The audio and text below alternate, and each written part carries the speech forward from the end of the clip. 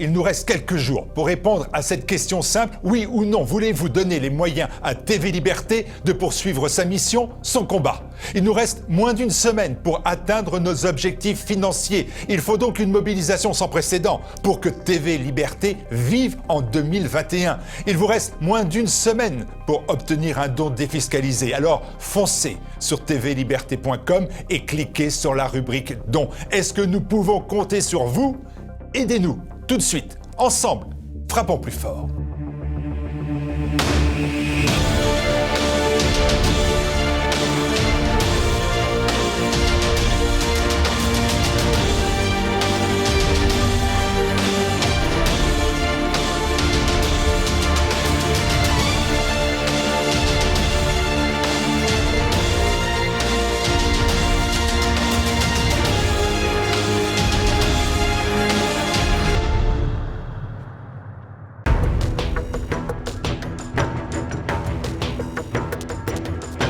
Norbert Kleinwächter, merci de répondre aux questions de TV Liberté. Vous êtes député au Bundestag, donc au Parlement fédéral de la République fédérale allemande. Vous êtes élu dans une région près de Berlin, mais vous êtes originaire de la région de Bayreuth, donc en Allemagne de l'Ouest, où on se trouve présentement. Donc simplement, il est marqué Bayern derrière, parce que c'est ici qu'on se rencontre à proximité de Nuremberg, mais vous n'êtes pas élu de cette région-là. Et donc vous êtes un député allemand parfaitement francophone. Merci. Ou presque parfaitement, c'est jamais parfait, mais enfin votre français est vraiment très très bon. Donc alors, à ma connaissance, vous êtes peu, voire pas du tout connu du public français.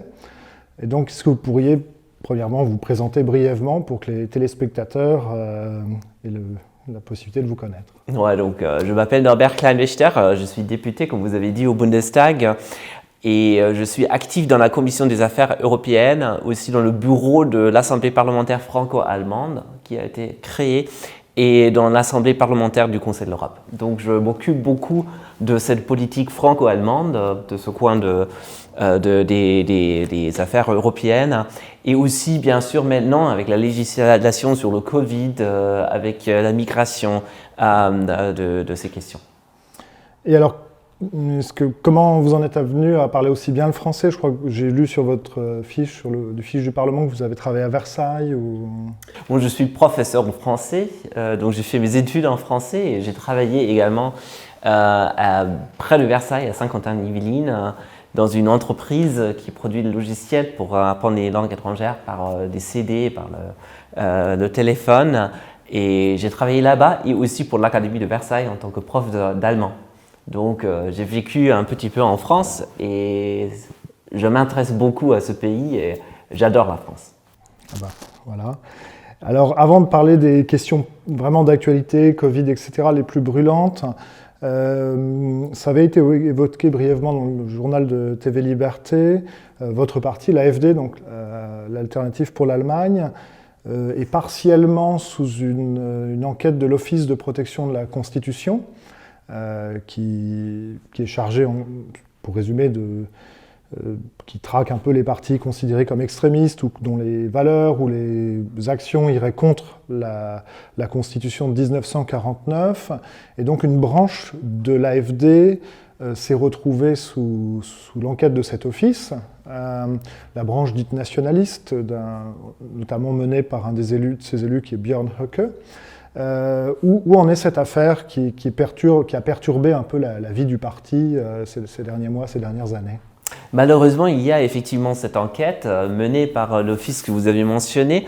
Et le grand problème, c'est que c'est un outil politique de nos ennemis, de nos ennemis politiques. C'est effectivement pas une institution indépendante, mais c'est une institution qui travaille pour le ministère de l'Intérieur. Donc, il peut y avoir des mesures politiques contre des ennemis politiques aussi. Et il y a aussi une chose qui s'est passée. Il y avait un autre président, il y a 2 ans. Il y avait le président Maassen. Il a été viré par la chancelière Angela Merkel parce qu'il ne voulait pas observer mon parti. Et maintenant, il a été remplacé par un autre président qui s'appelle Haldenwang. Et voilà, je crois 2 semaines après qu'il était inauguré, on a commencé à faire une enquête sur mon parti, peu à peu, pas à pas. Et en fait, même avec des mesures illégales, on a eu un procès avec cette agence. Et en fait, ils nous ont marqué un cas de suspension. Et c'est illégal de nous nommer comme ça. Donc ça n'existe pas dans le droit, mais on a juste utilisé cette agence, on a utilisé cet office de la protection de la Constitution pour nous nuire. Et effectivement, ça a eu des effets parce qu'il y a des débats dans mon parti, qu'est-ce qui va se passer. On a beaucoup de personnes qui travaillent pour la police ou qui sont des soldats ou qui vont à la chasse. Et en fait, un problème, c'est que si on est observé officiellement par cet office, on n'a plus le droit de porter une arme. Donc c'est un problème pour tous ceux qui travaillent en police, qui sont des soldats, qui vont à la chasse. Ils nous ont effectivement posé des questions. Qu'est-ce qui va arriver maintenant? Parce que oui, on veut faire une politique pour notre pays, pour notre nation, pour ce qui est bien, mais en fait, on est bloqué par cet office, par cette enquête qui nous nuit même personnellement. Et pour tous ceux qui travaillent dans des postes aussi du gouvernement, dans les ministères, dans les écoles, ça peut poser de problèmes. D'accord, donc toutes les personnes qui sont fonctionnaires ou qui auraient à choisir, si votre parti, je crois que ça va être décidé bientôt, est sous observation officielle de l'Office pour la Constitution, les gens auront à choisir entre leur appartenance en tant que membre à l'AfD ou le maintien de leur emploi, ou comment ça se passe? C'est exactement le problème. C'est exactement le problème parce qu'en tant que fonctionnaire, si on est dans une organisation qui est censée de nuire à la constitutionnalité de l'Allemagne, ce qui n'est pas du tout vrai, je dois le souligner, on veut effectivement préserver l'ordre démocratique de l'Allemagne, on ne veut pas le nuire. Mais en fait, c'est ce que cet office dit dans un rapport ou l'autre, ou peut dire. Et si c'est le fait que cet office de la protection de la constitutionnalité dit qu'il y a des problèmes de culpabilité, disons, de mon parti avec l'ordre démocratique de l'Allemagne, en fait, ceux qui sont fonctionnaires auront des problèmes disciplinaires dans leur boulot. Donc il y aura des virements, il y a des déplacements, il y aura aussi le fait qu'ils ne seront pas promouvus à une autre position, à un autre niveau. Et on a même vu avec les candidats qui étaient sur la liste de Brandenburg où j'étais candidat, que la plupart des candidats avaient déjà en 2017 des problèmes dans leur boulot quand ils ont effectivement mis leur candidature pour le Bundestag. Et moi aussi, j'ai été demandé à voir mon employeur. Et en fait, il a dit, si vous êtes candidat pour le parti, pour l'AfD, je vais vous virer. Et j'ai dit, vous n'avez pas le droit. Bon, on va le faire quand même. Donc, je suis devenu candidat.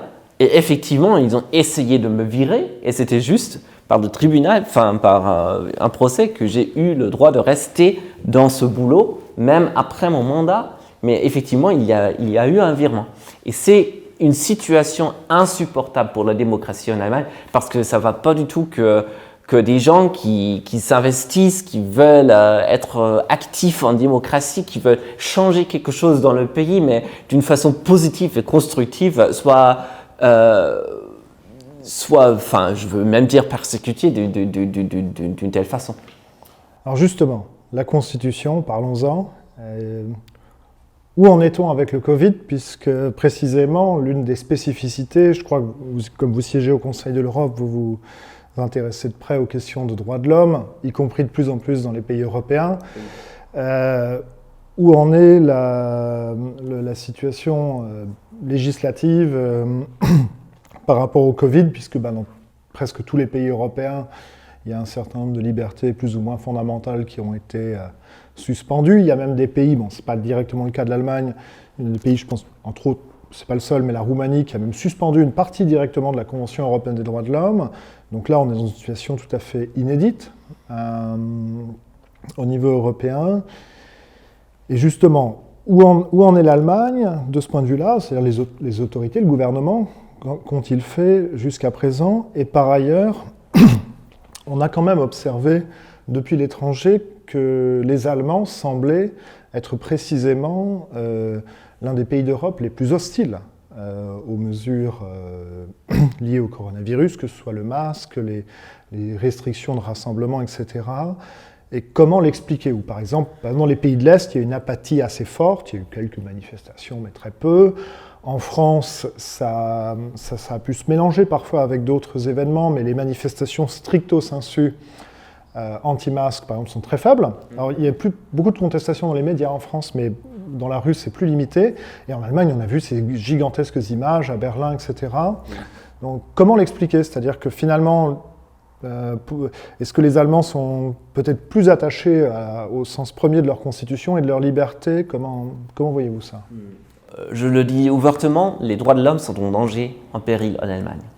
En fait, il y a eu une législation sur le Covid et en fait sur toute cette pandémie et comment le combattre, qui a effectivement suspendu quelques droits fondamentaux, comme l'inviolabilité du domicile, comme les droits personnels, comme même le droit d'être pas touché, de la liberté corporelle aussi, quand on a. Et donc tout ça, c'est dans la loi qu'ils ont passé il y a 2 semaines. Et il y a de nombreuses règles qui ne vont pas du tout. C'est que c'est écrit dans la loi et c'est pour la première fois que ça s'est passé. Et c'est écrit dans une loi que le gouvernement peut fermer des commerces un jour à l'autre. Il peut interdire aux gens de voyager. Il peut pas vous admettre dans le pays si vous n'avez pas une documentation sur la vaccination ou une attestation par un docteur. Donc il y a des nombreuses règles qui ont été passées dans cette loi, qui ont été adoptées, qui vont complètement contre les droits de l'homme. Et c'est pourquoi est-ce que les droits de l'homme existent? C'est pour protéger les citoyens contre le gouvernement. Et comme vous l'avez dit, dans plusieurs pays européens, on voit maintenant la situation que quelques droits de l'homme, ou même beaucoup de droits de l'homme, sont suspendus dans cette situation d'urgence. Mais est-ce que c'est une situation d'urgence? Est-ce qu'il faut vraiment suspendre des droits fondamentaux dans cette situation du Covid? Je crois que non. Je crois qu'il faut effectivement, oui, accepter qu'il y a un virus. Il faut prendre quelques mesures pour soutenir les hôpitaux. Il faut effectivement protéger quelques groupes de personnes qui sont peut-être très au risque de l'adapter et après avoir des problèmes. Mais on ne peut pas suspendre les droits de l'homme pour une situation comme ça. Parce que voilà, on n'est pas en guerre, on n'a pas un véritable problème, mais on aura un problème avec cette politique du gouvernement parce que ça nuit énormément à l'économie. On aura beaucoup d'entreprises qui ne vont plus exister après cette crise parce que beaucoup de restaurants, beaucoup d'hôtels, c'est pas du tout possible qu'ils survivent cette année. Et donc, on va se retrouver sur un niveau économique beaucoup plus faible après cette pandémie, après cette crise. Mais c'est effectivement une crise du gouvernement et pas une crise de Covid. Et là, ces derniers temps, on a aussi vu des choses assez inhabituelles en Allemagne, c'est-à-dire des interventions assez violentes de la police. Par exemple, contre des récentes manifestations au Berlin, ou alors j'ai une vidéo d'un professeur qui donne une conférence sur YouTube en ligne, et puis la police intervient chez lui, ils ont des mitraillettes, etc. Oui.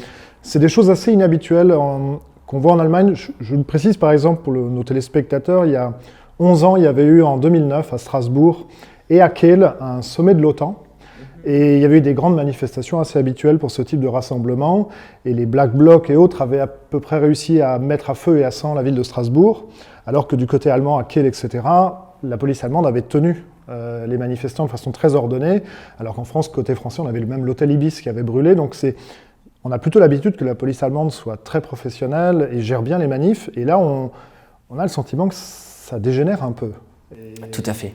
Tout à fait. Il y a des manifestations partout en Allemagne, mais surtout en Allemagne de l'Est. Cottbus, Dresde, Berlin. Il y a les gens qui voient que quelque chose ne va pas bien, qu'il y a des informations qui sont un peu fausses peut-être, qu'il y a une gestion politique par le gouvernement qui est inadmissible. Et donc, il y a aussi cette tendance de percevoir que voilà, c'est vraiment une intrusion dans notre liberté. On n'a pas la même vie dans cette situation de pandémie que normalement et qu'on a aussi des mesures qui ne seraient pas nécessaires. Donc c'est déjà quelque chose que beaucoup de personnes en Allemagne pensent.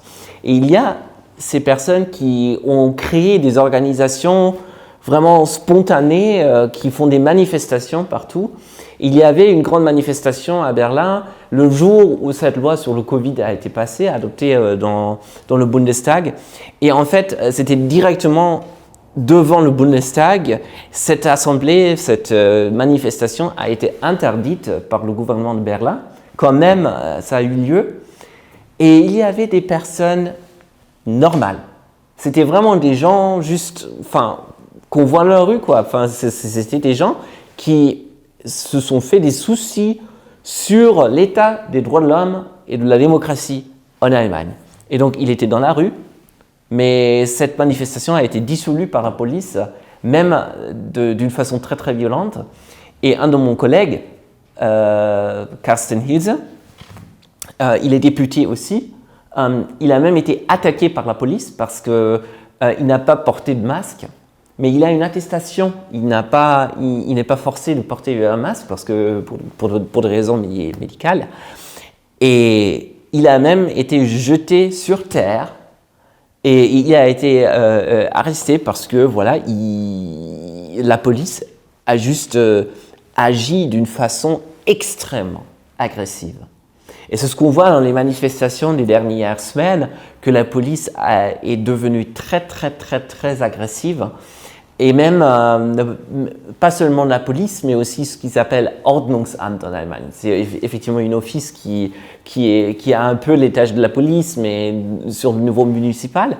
Et il y avait des contrôles partout pour le port du masque. Donc, ils n'ont pas contrôlé si quelque chose a été volé ou s'il y avait d'autres problèmes comme des voitures qui étaient mal garées. Non, c'était juste la porte du masque qui a été contrôlée. Et c'était vraiment pour démontrer le pouvoir du gouvernement. On va vous forcer à porter ces masques, ce symbole de cette politique gouvernementale dans cette crise pandémique. Donc, nous, l'AfD, nous pensons que cette obligation de porter le masque n'est pas vraiment nécessaire, que ça n'aide pas beaucoup à vraiment protéger des gens. Et donc, c'est déjà une intrusion dans la liberté qui n'est pas admissible. Donc, nous sommes contre cette obligation de porter le masque.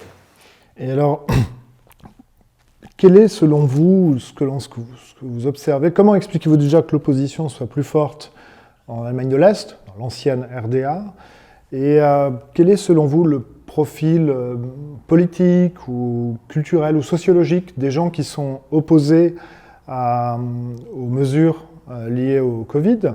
Est-ce que c'est des gens plutôt de droite, de gauche, ou est-ce que c'est vraiment totalement mélangé de façon très, très disparate? Comment c'est totalement mélangé, mais les gens dans l'Est ont vécu une dictature.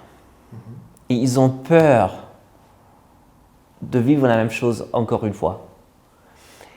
Vous ne devez pas oublier que Angela Merkel a grandi dans le système de l'Allemagne de l'Est. Et elle n'était pas contre le gouvernement. Elle était dans le parti du gouvernement de l'Allemagne de l'Est. Elle était dans l'organisation de la jeunesse et elle était même la secrétaire générale pour l'agitation et la propagande pour cette organisation de jeunesse. Donc, elle était effectivement socialiste et communiste dans l'Allemagne de l'Est. Il ne faut jamais oublier. Elle était pour la dictature. Cette personne est maintenant la chancelière.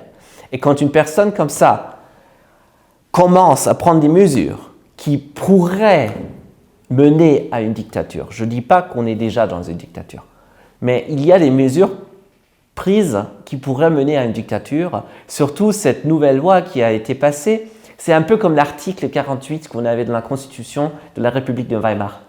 L'article 48, c'était cet article que Hitler avait abusé.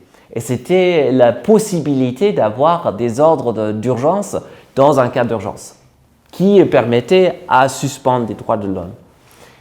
Et donc, en fait, nos pères du Grundgesetz, de la Constitution moderne, n'avaient pas inclus cet article parce qu'ils ne voulaient pas que les droits de l'homme puissent être suspendus n'importe dans quelle situation. Ils pensaient que n'importe la situation, il faut les droits de l'homme en vigueur. Et qu'est-ce qu'Angela Merkel a fait avec la majorité du Bundestag? Elle a commencé, elle a fait adopter une loi qui suspend quelques droits fondamentaux et qui a effectivement réouvert la porte à un article 48, à des ordres d'urgence, à une suspension des droits de l'homme qui pourrait mener à une dictature. Et c'est ce que... Il y a une grande peur parmi les personnes qui vivent dans l'Est de l'Allemagne que ce qu'ils ont vécu puisse encore se repasser. Et c'est pour ça qu'il y a beaucoup de manifestations dans l'Allemagne de l'Est, parce que voilà, les gens ont déjà vécu une dictature et ils veulent éviter à tout prix que ça se passe encore une fois. D'accord. Mais selon vous, dans ces grandes manifestations, on peut trouver aussi bien des électeurs de l'AfD que du parti de gauche radicale Die Linke ou des Grünen, les Verts. Il y a de tout? Il y a de tout. Il y a des drapeaux de l'Allemagne, il y a des drapeaux de la LGBT, de ce mouvement-là. Il y a des drapeaux de presque tout dans les manifestations. Donc c'est vraiment, c'est pas seul l'AfD qui le fait, ou pas seulement des adhérents ou de l'AfD qui sont dans les rues, mais c'est vraiment mélangé par tous les camps politiques, parce que c'est une question politique, oui, mais c'est pas essentiellement une question sur l'orientation, disons, entre la liberté et le socialisme, ou entre le patriotisme et le multinationalisme. Ça n'a rien à voir avec ça. Ça a à voir avec nos droits de l'homme. Et c'est pour ça que tous qui ont peur que on pourrait aboutir dans une situation que personne ne veut vraiment, qu'on pourrait aboutir dans une dictature, ces personnes vont dans la rue. Et donc, ils sont dans les manifestations, et c'est quand même des centaines, des milliers de personnes. Vous évoquiez la situation économique, les fermetures, essentiellement toutes les activités de services, hôtels, restauration, qui effectivement risquent, pour un certain nombre d'entre elles, de ne jamais réouvrir, même après la fin, éventuellement progressive ou pas, je ne sais pas, des restrictions liées au Covid. Et à l'inverse, l'Allemagne, surtout l'industrie la plus forte d'Europe. Et donc, est-ce qu'on peut penser qu'une partie de la résistance aux mesures liées au Covid est peut-être aussi poussée indirectement ou dans le background, en arrière, on va dire, par ce monde industriel, c'est-à-dire de l'économie 1.0, si je peux dire, c'est-à-dire de l'économie classique, réelle, des machines-outils, des voitures, que sais-je, qui justement redoutent un effondrement de ce secteur économique si les mesures restrictives liées au Covid continuent encore et encore. Est-ce qu'il y a une crainte du monde industriel qui alimente aussi selon vous ou pas, ou de façon marginale seulement, une certaine opposition aux mesures covidiennes? Tout à fait. En fait, les manifestations ont même commencé par des manifestations par des commerçants des hôtels, de la restauration, aussi de ceux qui organisent des événements, etc., parce que c'était ceux qui étaient affectés le plus tôt par les mesures d'Angela Merkel. On ne doit pas oublier ce qu'elle a fait. Elle a effectivement fermé la gastronomie, elle a fermé la restauration, les hôtels, les événements culturels. C'est ce qu'elle a fermé. Elle a laissé ouvert en fait toutes les autres boîtes, toute l'industrie, les transports publics, les écoles, etc., etc. Donc les gens disent, écoute, la raison principale pourquoi on s'infecte, c'est par d'autres membres de famille. Et si on exclut ça, en fait, la première position pour s'infecter, c'est le travail, c'est le boulot. Donc les gens s'infectent surtout sur le boulot. Pourquoi fermer la restauration, où il n'y a que, je crois, 2% des infections? Pourquoi fermer les hôtels, où il n'y a presque pas d'infections?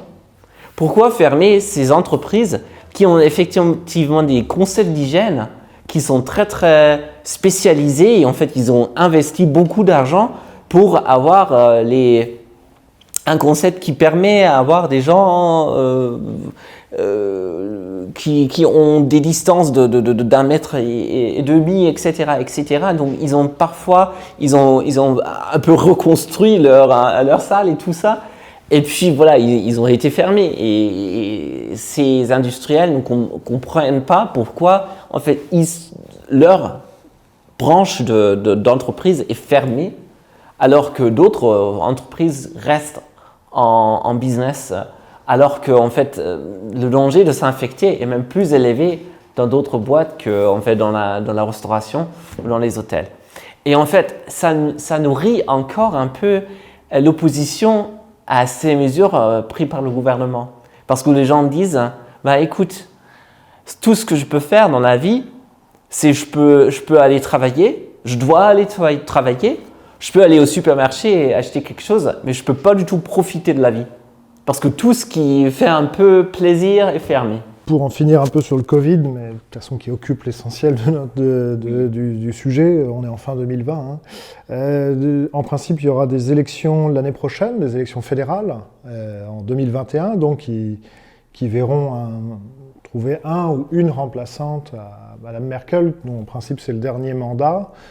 Mais alors vous m'évoquiez là, pendant qu'on préparait cette interview, la possibilité que les élections de 2021 n'aient pas lieu, ou en tout cas n'aient pas lieu en 2021 et qu'elles soient décalées dans le temps. Est-ce que vous pouvez un peu préciser la situation à ce niveau-là? Tout à fait. Donc officiellement, il y aura des élections fédérales en 2021, je crois le 25 septembre. Donc c'est le projet officiel. Par contre, j'ai des informations par le Conseil de l'Europe, de l'Assemblée parlementaire où je suis, qu'il y a beaucoup de gouvernements en Europe qui ont suspendu des droits de l'homme et aussi quelques principes fondamentaux de la démocratie. Parfois même suspendu des élections. Le rapporteur ne m'a pas dit quel pays y adresse, mais en fait, l'année prochaine, il n'y a pas beaucoup de pays en Europe qui ont des élections, mais en Allemagne, il y en aura. Le problème, c'est que en Allemagne, il faut avoir un grand nombre d'assemblées avant l'élection, des assemblées des partis, parce qu'ils doivent élire les candidats pour le Bundestag. Et souvent, ce sont des assemblées avec les délégués, donc il faut disons, une centaine d'assemblées dans chaque parti pour définir qui sont les candidats pour les élections. Techniquement, ces assemblées peuvent avoir lieu, mais en fait, les autres partis disent ils ne veulent pas mettre les adhérents de leur parti en danger, donc ils ne font pas de réunion de leur parti, ce n'est pas organisé. Et si on se rend compte du fait que on aura probablement le lockdown jusqu'en mars ou avril de cette année, puis 8 semaines pour organiser une réunion, c'est très très proche à la date où il faut effectivement avoir les candidats élus pour le Bundestag, sinon on ne peut pas participer aux élections. Donc il y aura la situation que tous les autres partis seront dans la situation qu'ils n'auront pas élu leur candidat, et donc ils pourraient dire écoutez, on a la situation de Covid, on ne peut pas organiser nos réunions qu'il faut, on ne peut pas avoir ces assemblées électorales pour les candidats, donc on ne peut pas avoir d'élection fédérale. Et c'est ce que je crains, qu'on aura une suspension des élections jusqu'en 2022 ou 2023. Et en fait, je le crois parce qu'il y a aussi cette ambition et cette tendance parallèle sur le niveau de l'Union européenne, parce qu'il y a Ursula von der Leyen. Et Ursula von der Leyen a commencé un projet... La présidente de la Commission européenne. Oui, exactement. Elle a commencé un projet qui s'appelle Conférence sur l'avenir de l'Europe. Et elle a invité, pas les parlements, il y a très très peu de participants des parlements. Elle a invité les organisations civiles à participer dans une conférence qui vise à établir une nouvelle constitution pour l'Union européenne. Donc on se rend compte que en fait, le traité de Lisbonne était le projet d'une constitution qui est raté. Et maintenant, on réessaie le même truc, mais cette fois sur une conférence sur l'avenir de l'Europe. Et en fait, le but de cette conférence, c'est d'avoir des suggestions de réforme, peut-être même une constitution pour la fin de 2021. Donc, peut-être il y aura un grand débat sur une constitution européenne et des élections européennes au lieu d'élections fédérales. Et ça pourrait bien être le cas qu'en fait, on ne voit pas d'élections en Allemagne en 2021. C'est possible de ne pas avoir des élections. Et en fait, de toute façon, même si c'est anticonstitutionnel, le fait que des élections sont suspendues et peut-être reportées à une date dans l'avenir ne peut pas mener à une situation que la Cour constitutionnelle dit ça ne va pas du tout. Parce qu'en fait, on a toujours un Parlement qui est au pouvoir, même si on n'a pas d'élection. La Cour constitutionnelle pourrait dire il faut avoir des élections à telle et telle date.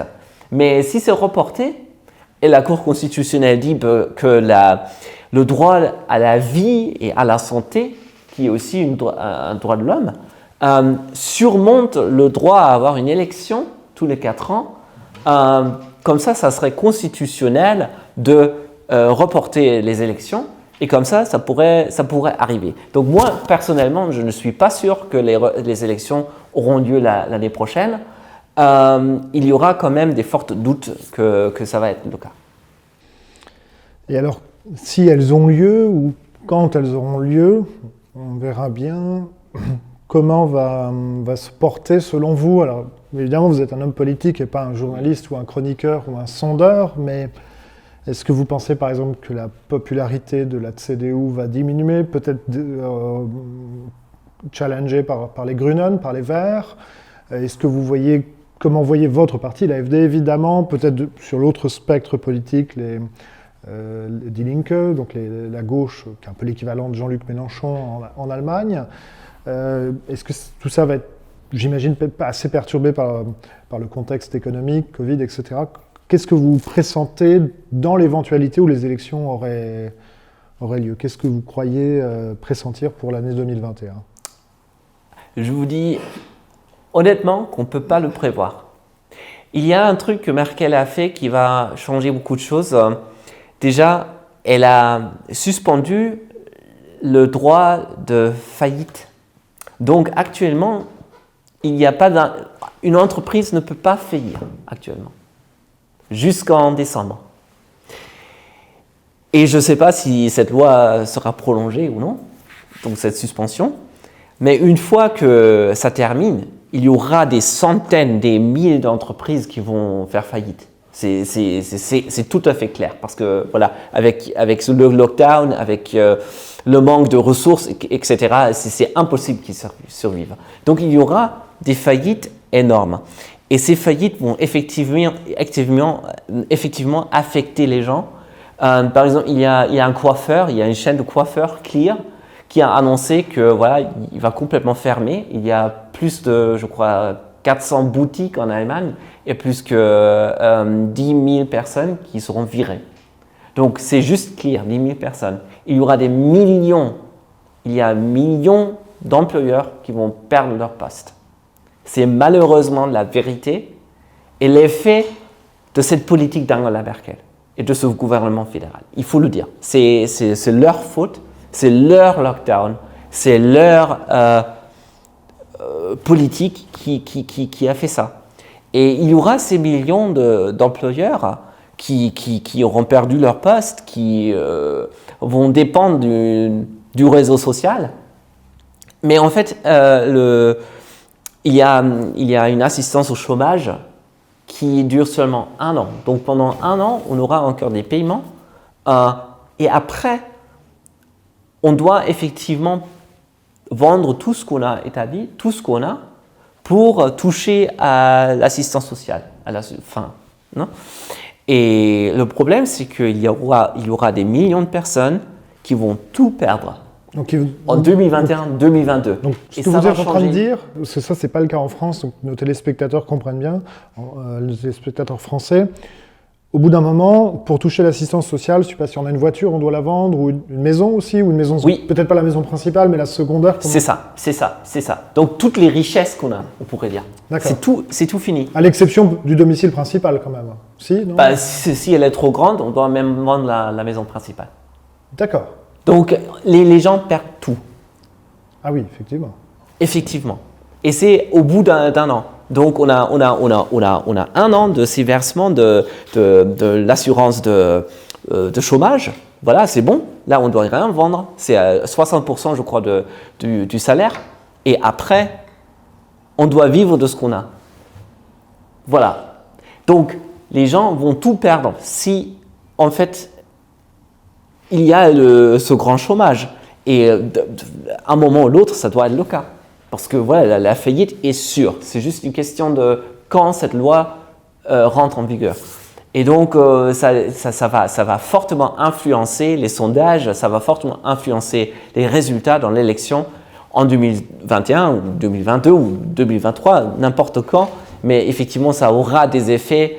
Actuellement, les sondages disent que les Verts vont augmenter beaucoup, qu'ils auront une croissance en voix, que le CDU, le CSU va rester au même niveau, que l'AfD va perdre un petit peu, le FDP va perdre beaucoup, même plus être représenté au Bundestag. Et voilà, les gauches, c'est aussi à peu près au même niveau. Mais je crois qu'on ne peut pas vraiment dire ce qui va se passer en septembre 2021 parce qu'il y aura plein d'effets de ce politique d'Angela Merkel. Et en fait, je crois qu'actuellement, les gens ne peuvent même pas encore envisager ce qui va se passer. On ne peut pas arrêter l'économie et puis, au bout d'un moment, reprendre comme s'il n'y avait jamais un problème. Ça n'existe pas, ça ne va pas. Donc, on perd beaucoup de capital et on perd aussi toute la dynamique économique qu'il faut. Et comme ça, voilà, on peut pas reprendre l'économie telle qu'elle était il y a 2 ans. Ça ne va pas marcher comme ça. Mais on est sur un niveau peut-être qui est beaucoup plus bas que celui que les gens connaissent. Donc, il y aura les grands problèmes. Il y a une perte aussi de la valeur de notre argent, de notre monnaie. Et il y aura un grand chômage de millions de personnes. Et il y aura même des problèmes des réseaux sociaux de verser des cotisations sociales.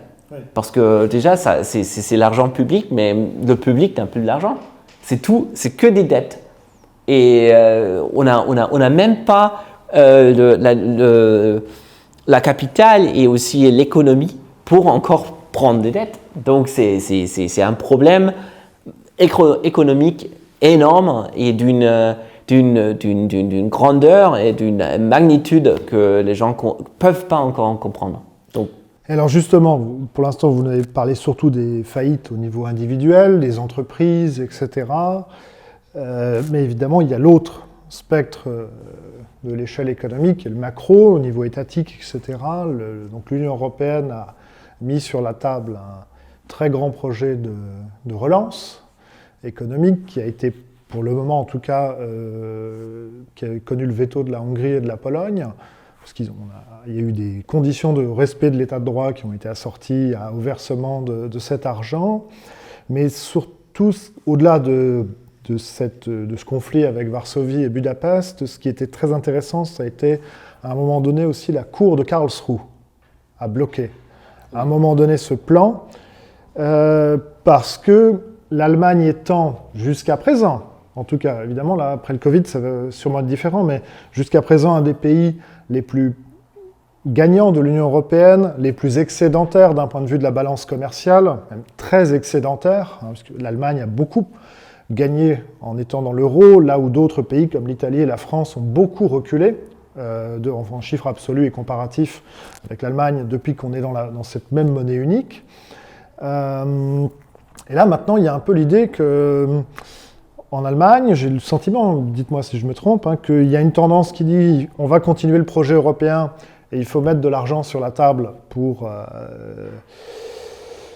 soutenir les partenaires qui sont avec nous dans l'euro, France, Italie, Grèce aussi, Espagne. Et puis il y a une autre tendance, qui est peut-être aussi proche de cette tendance qui s'oppose aux politiques covidiennes, qui dit maintenant on va peut-être arrêter de payer pour les autres. Bon, les autres ont peut-être un autre avis, mais en tout cas, on sent que même au sein de l'Allemagne, peut-être même au sein de l'appareil d'État, de la CDU, des milieux d'affaires, il y a une divergence entre ceux qui veulent continuer le projet européen et ceux qui veulent sauver l'économie allemande. Et à un moment donné, cet arrêt de la cour de Karlsruhe n'a pas été suivi, il a été cassé à un niveau supérieur, mais il marque, à mon avis, une séparation forte au sein des élites allemandes entre le chemin à prendre sur la... Et cette division apparente au sein, qui est apparue avec l'arrêt de la cour de Karlsruhe, oui. Comment vous le voyez, quel est aussi votre avis, l'avis de votre parti, etc. Comment vous en êtes à ce niveau-là? Donc voilà, déjà, le plan de relance n'est pas un plan de relance. Ah bon? Le plan de relance est le Green New Deal dans un autre vêtement. Si vous vous souvenez du début de l'office de Ursula von der Leyen, elle a lancé un Green New Deal. Elle voulait 1 billion d'euros pour des projets sur le changement climatique. 1 million 1 billion. 1 billion, donc 1000 milliards. 1000 milliards. Ah oui, elle voulait 1 billion d'euros pour réussir la neutralité climatique en 2050. Voilà. Et tous les pays ont dit c'est fou, on ne va pas faire ça, on ne peut pas financer ça. Elle voulait effectivement le financer sur le marché avec des prêts, avec des dettes, effectivement des dettes européennes pour lesquelles effectivement l'Allemagne devrait garantir. Qu'est-ce qui s'est passé au Covid? Tout d'un coup, elle a lancé un plan de relance pour relancer l'économie. Angela Merkel l'a soutenu avec Emmanuel Macron. En fait, les deux avaient proposé 500 milliards d'euros. Et puis, c'était Ursula von der Leyen qui a dit tout bien, super, on va en faire 750 milliards d'euros. Donc maintenant, elle a un plan de 750 milliards d'euros. Et quand on lit ce plan, ça n'a rien à voir avec la relance de l'économie. C'est effectivement le Green New Deal. C'est ce que vous voulez déjà il y a un an avec son plan de Green New Deal, avec ses visions de neutralité, etc., etc. C'est exactement la même chose qui est dans ce plan de relance parce que le plan de relance finance uniquement des projets qui ont une contribution à la diminution des émissions, etc. Donc c'est vraiment, en fait on triche. Là, la Commission européenne triche les gens qui pensent que ce grand plan de relance va l'aider à mener une bonne vie même après Covid. C'est pas du tout le cas. Il faut le dire clairement, c'est pas du tout le cas. Ursula von der Leyen a eu son Green New Deal et elle a eu les dettes uniques pour tous les pays pour lesquels l'Allemagne garantit. C'est n'importe quoi, mais c'est pas du tout un plan de relance. Donc, c'est vrai ce que vous avez dit, qu'il y a des différentes opinions sur le fait ou sur la question de savoir si on veut effectivement verser plus d'argent à l'Union européenne ou si on veut le garder pour ses propres gens. Et la réponse du gouvernement de Merkel est claire. Elle veut dépenser cet argent en Europe. Donc elle a effectivement même augmenté les contributions que l'Allemagne va faire à l'Union européenne. Donc à partir de l'année prochaine, même, enfin, si le cadre multiannuel financier va effectivement adopté, c'est pas clair comme l'Hongrie et la Pologne le résistent, mais si ce plan est adopté, effectivement, l'Allemagne va payer, je crois, 45 milliards d'euros chaque année à l'Union européenne au lieu d'environ 30 qu'on a maintenant. Donc c'est une augmentation quand même visible. Et Angela Merkel n'a pas prévu garder de l'argent pour l'Allemagne, pour notre pays. Nous, comme l'AfD, on a une opinion différente. On dit qu'il y a beaucoup de projets sur le niveau européen qui ne sont pas nécessaires, qui n'aident pas vraiment, mais qui soutiennent juste une certaine idéologie ou une certaine idée comment faire de la politique. Et nous, on veut effectivement couper ce budget européen pour le réduire à ce qui signifie vraiment la coopération européenne. Ça veut dire une coopération dans le commerce, une coopération surtout dans le commerce international, le fait qu'on n'a pas d'impôts sur les imports et des choses comme ça. Et on veut réduire tout ce qui est subventions agriculturelles, tout ce qui est fonds de cohésion, tout ce qui est plan de relance. Ce sont des choses qui sont effectivement une redistribution de l'argent sur un niveau idéologique, et c'est ce qu'on n'est pas d'accord avec ça. À votre avis, ce sera peut-être la dernière question de ce long entretien, mais qui est très intéressant parce qu'on n'a pas souvent l'occasion d'interroger des Allemands aussi bons francophones. Est-ce que vous pouvez imaginer un jour, je sais que ça a été l'un des points de départ de l'AfD, est-ce que vous pouvez imaginer l'Allemagne sortir de l'Union européenne? Et je vais vous poser la question en osant une comparaison historique avec l'Union soviétique, parce que beaucoup de gens qui sont très critiques de l'Union européenne comparent l'Union européenne actuelle avec ce qu'a pu être l'Union soviétique, en oubliant souvent que finalement, l'élément déclencheur de la dissolution de l'Union soviétique est que les élites russes ont validé les révoltes en Allemagne de l'Est, à Berlin ou dans les pays baltes, etc. ont laissé partir parce qu'elles n'ont pas retenu. Et donc finalement, d'une certaine façon, de facto, si je puis me permettre, sans vouloir minorer le rôle des Allemands de l'Est ou des Baltes ou des Hongrois ou de ce que vous voulez, c'est un peu la Russie qui est sortie de l'Union soviétique, d'une certaine façon. Et en fait, il y a beaucoup de gens qui s'imaginent voilà, ça pourrait être l'Italie qui sortirait de l'euro, ou la France, ou etc. Et en fait, est-ce que finalement, à un moment donné, ça ne pourrait pas être l'Allemagne qui se retirerait de cette construction, en considérant qu'à un moment donné, elle n'a plus à y gagner et qu'elle trouvera des marchés exportateurs et un avenir ailleurs, en dehors de cette construction. Comment est-ce que vous voyez les choses? Et aussi, je parle là pour le coup, si vous le pouvez, au-delà de votre parti politique, aussi d'un point de vue des élites économiques allemandes, est-ce que vous voyez une possibilité qu'à un moment donné, l'Allemagne se retire ou reconstitue une Europe plus resserrée avec des pays qui ont peut-être une économie plus proche? Est-ce que vous pensez que c'est un scénario possible ou que c'est totalement fantaisiste?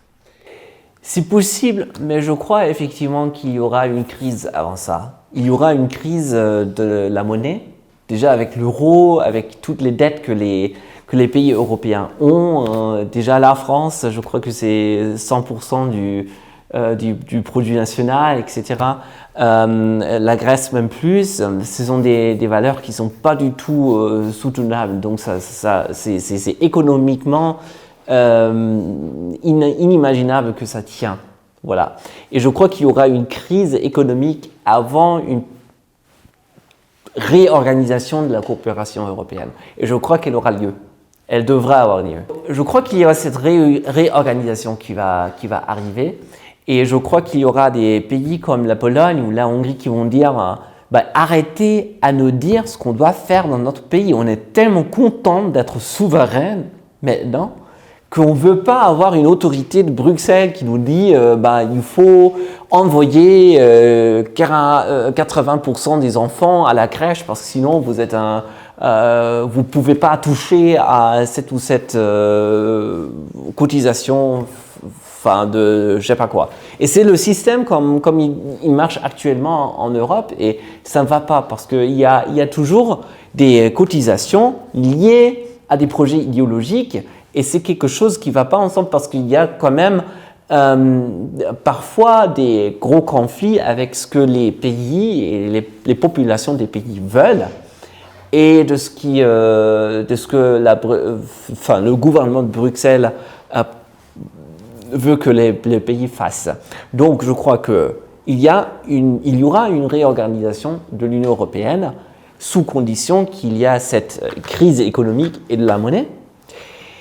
Et il y a deux options, c'est soit l'Allemagne ou l'Autriche ou un autre pays riche qui va terminer l'adhérence à l'Union européenne parce qu'ils disent ça n'a pas eu les effets qu'on voulait, on n'était pas capable d'éviter cette crise, on ne pouvait pas vraiment être là pour notre population, donc l'Union européenne n'a pas cette valeur qu'on pensait toujours qu'elle aurait. Ou il y a les pays de Visegrad, comme la Pologne, la Hongrie, etc., qui vont dire, écoutez, oui, on veut de l'amitié et tout, mais on ne veut pas cette influence idéologique, on va ouvrir notre petit bloc de l'Est, Visegrad, et on va devenir indépendant. Et ils vont réduire la coopération avec l'Union européenne, un peu comme le Royaume-Uni le fait maintenant, qui est sorti de l'Union européenne et qui négocie dans ce moment un traité pour la future coopération avec l'Union européenne. Et je crois que c'est quelque chose qui pourrait effectivement être le cas, et cette réorganisation sera profonde. Comme la crise qu'on voit avec Covid sera profonde aussi. Donc il y aura plein de changements. Je crois que ça va être effectivement le cas, mais je ne crois franchement pas que l'Allemagne sera le premier. D'accord. Écoutez, l'avenir nous le dira. On verra déjà l'avenir qui nous reste dans les années qui viennent. Norbert Kleinwächter, merci beaucoup. Merci beaucoup à vous. Merci de venir me voir. Voilà, peut-être une prochaine fois, si on a encore le droit de passer des frontières. Ça, c'est En tout cas, merci de vous être déplacé pour qu'on puisse se croiser sans faire trop de détours au milieu des contraintes covidiennes. Et à une prochaine fois, peut-être, en fonction des restrictions et de la situation de l'épidémie. Merci beaucoup. Avec plaisir. Merci à vous.